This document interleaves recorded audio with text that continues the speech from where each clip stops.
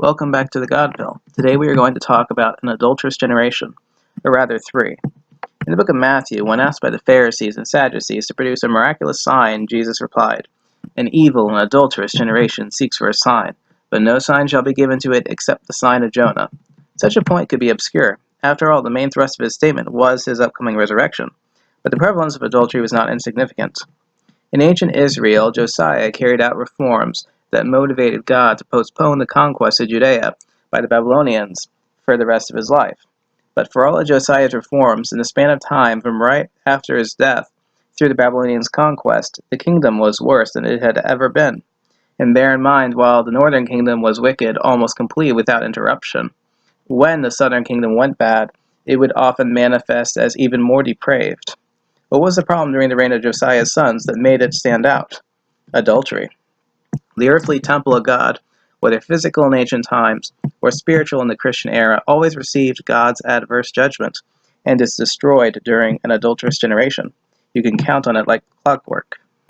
This period of time was the first of the three adulterous generations. It had, in that time, become extremely prevalent for married women to engage in harlotry, and otherwise engage in adultery, and by men becoming their lovers and indulging them, the men of that era showed they lacked the love of neighbor to respect their fellow man's property rights.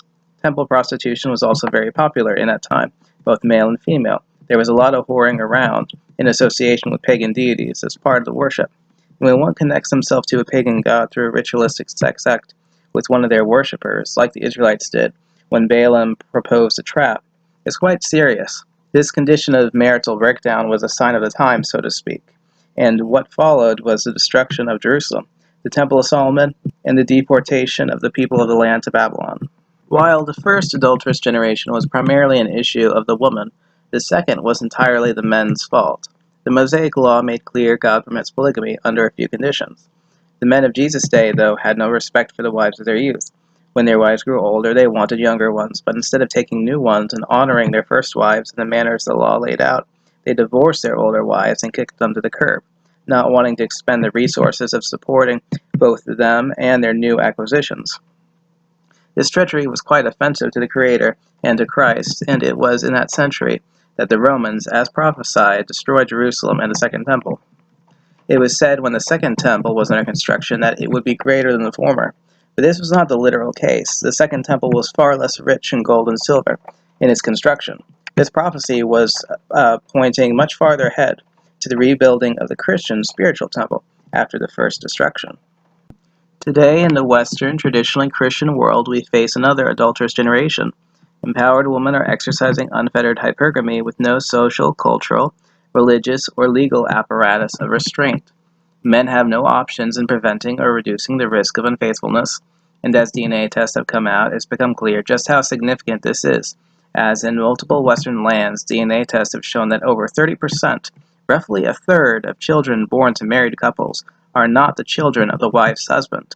The rate of cuckoldry is so high and society so gynocentric that multiple countries have made it illegal for husbands to get DNA tests on their wives' kids without her consent.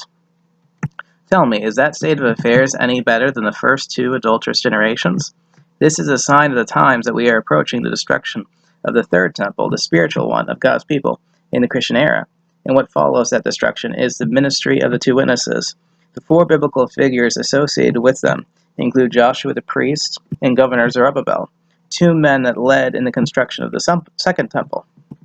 There are unpleasant times ahead, but a great spiritual recovery as well for some. A striking and a healing, as God puts it.